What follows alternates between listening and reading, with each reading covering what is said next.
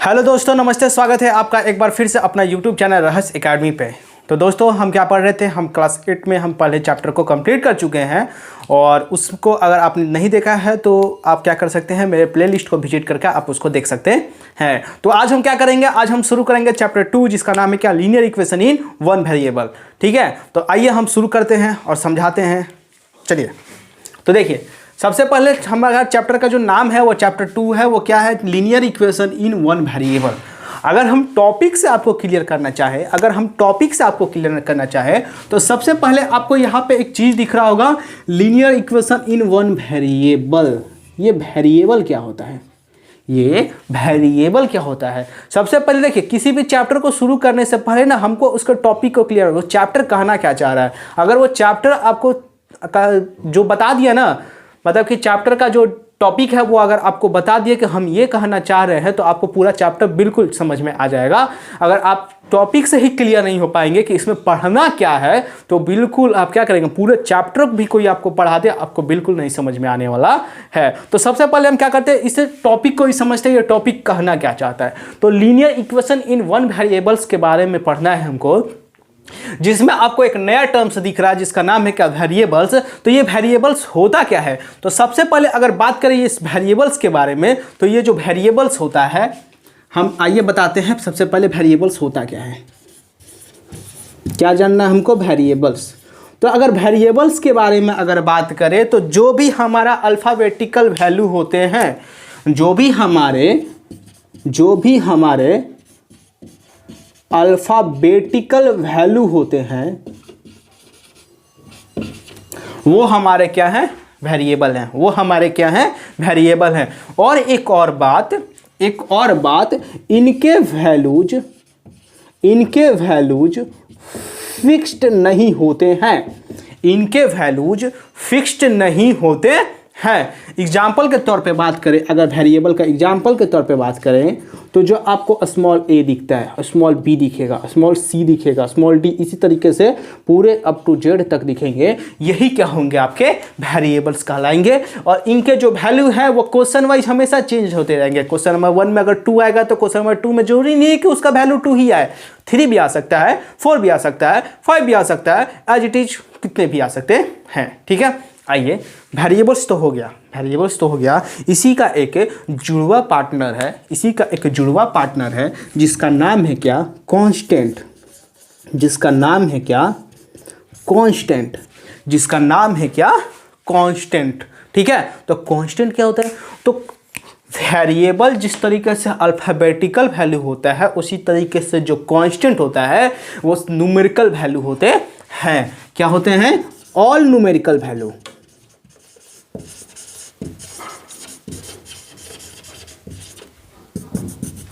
ठीक है, तो जो हमारे न्यूमेरिकल वैल्यू होते हैं उसी को हम क्या कहते हैं, कांस्टेंट कहते हैं। अब नंबर है, तो नंबर आपको पता ही होगा क्या होता है, फिक्स्ड होता है।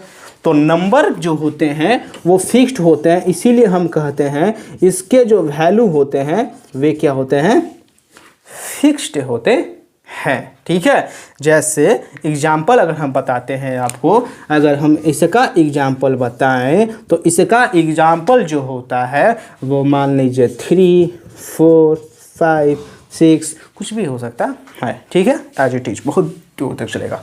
ठीक है, तो इसके साथ वेरिएबल के साथ जुड़ा हुआ है वन वेरिएबल, यानी सिर्फ और सिर्फ आपको एक वेरिएबल्स के बारे में ही इसमें जानना है। ठीक है, या फाइंड करना होगा। अब आते हैं यहाँ पे ये क्या दिख रहा है, इक्वेशन। ये क्या दिख रहा है, इक्वेशन। अब ये इक्वेशन क्या होता है, आपने पिछले क्लास में एक्सप्रेशंस के बारे में तो पढ़ा है, ये एक्सप्रेशन क्या होता है, लेकिन ये इक्वेशन क्या है। एक एक्सप्रेशन हम लिखते हैं, मान लीजिए 3x + 2, ये क्या है, एक एक्सप्रेशन है। ये क्या है, एक एक्सप्रेशन है। और मैंने क्या किया, इसमें थोड़ा सा मॉडिफिकेशन करके इसमें 3x + 2 = मैंने लिख दिया कितना, मैंने लिख दिया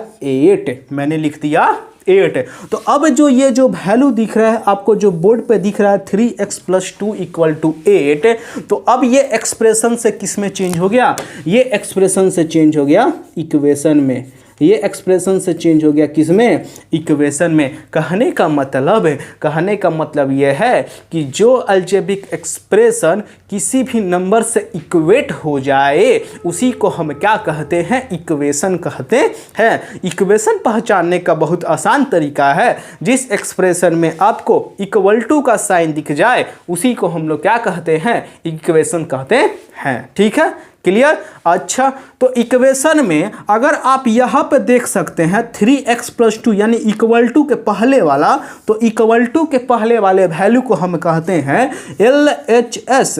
क्या कहते हैं, LHS। और LHS का मतलब होता है लेफ्ट हैंड साइड। और इसी तरीके से आप बताइए इक्वल टू के बाद वाले को क्या कहते हैं, कमेंट बॉक्स में ज़रा बताइएगा क्या कहते हैं। नहीं जानते हैं तो इसको हम कहते हैं RHS। क्या कहते हैं, RHS। और RHS का जो फुल फॉर्म होता है वह होता है राइट हैंड साइड। ठीक, यहाँ तक क्लियर, कोई दिक्कत नहीं। ठीक है, अब आ जाइए, एक और चीज़ आपको देखने को मिल रहा होगा, लीनियर। क्या देखने को मिल रहा है, लीनियर। तो ये लीनियर क्या है भाई, तो अगर हम आपसे लीनियर के बारे में समझना चाहें तो लीनियर जो होता है, लीनियर्स का अगर मीनिंग हम समझना चाहें तो लीनियर का मतलब होता है वन। क्या होता है, वन। ठीक है, क्या होता है, वन। तो ठीक है, तो कहने का मतलब है कि ऐसा इक्वेशन, ठीक है, किसी ऐसा एक इक्वेशन जिसमें केवल वेरिएबल वन हो, उसी के बारे में हमको इस चैप्टर में पढ़ना है।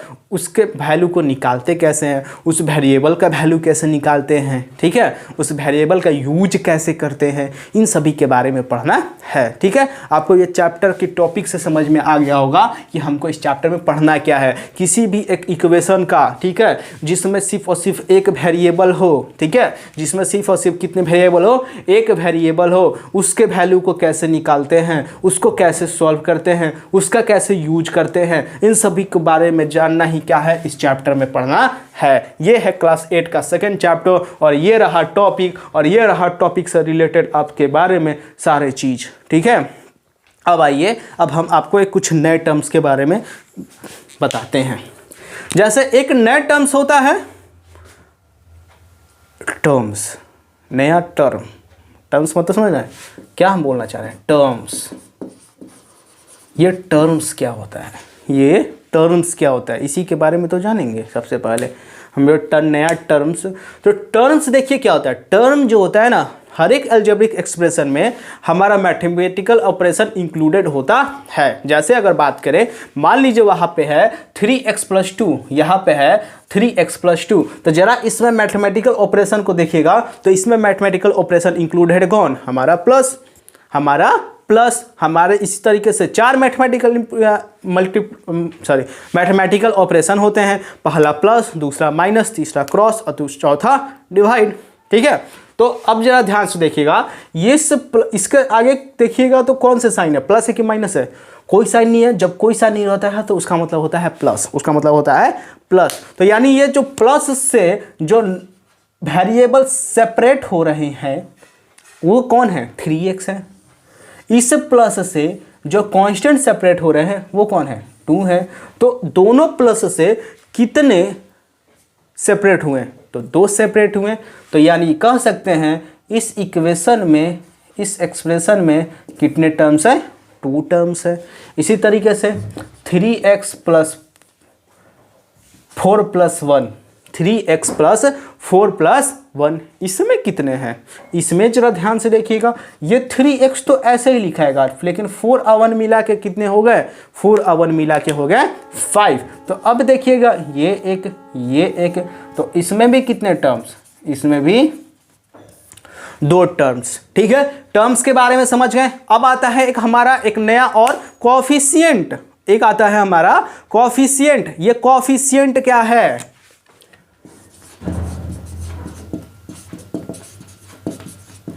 कोएफिशिएंट हम किसको कहते हैं, तो अगर बात करें, जैसे मान लीजिए यहाँ लिखा हुआ है 3x, हमने पूछा x का कोएफिशिएंट क्या है, x का कोफिशिएंट क्या है, तो x के साथ जो भी आपके वैल्यू इंक्लूडेड हैं वे सभी उसके कोफिशिएंट कहलाएंगे। तो x के साथ कौन से वैल्यू इंक्लूडेड है भाई, तो x के साथ इंक्लूडेड है हमारा 3, तो ये 3 क्या हो गया, इसका कोफिशिएंट हो गया।